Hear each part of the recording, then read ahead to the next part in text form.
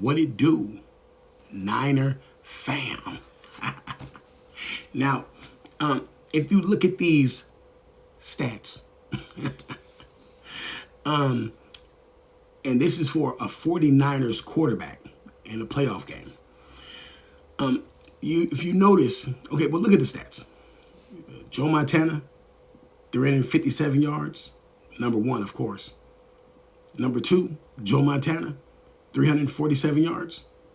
Now, you would think 3, 4, Jeff Garcia, you know what I'm saying? Alex Smith, towards Alex Smith, last couple of years with Harbaugh, he was balling, man. You know what I'm saying?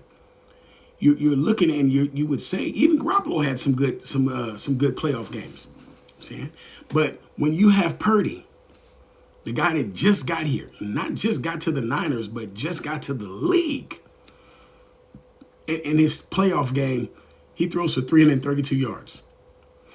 If you watch, when they asked Montana about Purdy, they was like, he was nonchalant about it. It wasn't no thinking about it, and he didn't even bring up stats. He was just like, no, you got to pay him. He can play. He can play. You know what I'm saying? He said, look at all the stuff he's done for the Niners. Look at his career, even though it's short. Look at his career. And when you look at last year, come on now, man. Ain't no team going through all that. Your main wide receiver you just paid, he gets injured.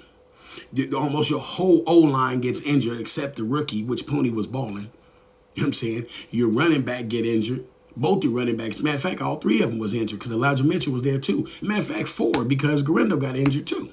You know what I'm saying? Your defense was in shambles.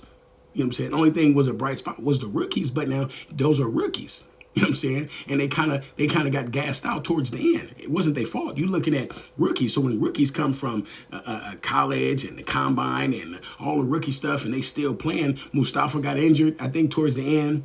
You know what I'm saying? I'm not sure about Ronaldo Green, but he was still balling. I think he was out for a game or two. So last year was like an outlier. Even Montana tell you, like, no, that doesn't happen all the time. You're not going to have all that on one team. All that on one team happen. Fred Warner playing with a broke ankle and Dre Greenlaw just coming back. You're not going to get that. That's not going to happen all the time. Pay the guy. You know what I'm saying? Because when you come back, when you have all your pieces back, he showed he stayed the same. He showed he stayed the same in the midst of, he was on a bad team last year, and he showed he stayed the same. See? Now imagine when everything comes back. You know what I'm saying? So Joe Montana sees it. Joe Montana sees the numbers. He sees everything. Like, no, pay the kid. You know what I'm saying? That's why when people start talking about Purdy, I'm like, y'all, you either just hating or you just understand you don't like the Niners. People don't like the Niners, okay? You feel me? But when you look at stats and numbers, last year was them, blah, blah, blah. When you look at last year's stats from a bunch of teams, you know what I'm saying? Oh, these teams had injuries. Oh, the Lions had a bunch of injuries. I still seen Amon-Ra St. Brown out there. You know what I'm saying? I still see most of their O-line was there.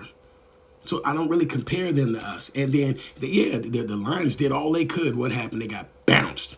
They got bounced from the playoffs. You know what I'm saying? Focusing on other teams, and they got bounced. So, like I said, when it comes to the Niners, you got to pay them. You know what I'm saying? And look at the company he keeps in third. And he's got a long way to go. He's a kid. Let me know what y'all think. Leave it in the comments. Peace. I'm out of here.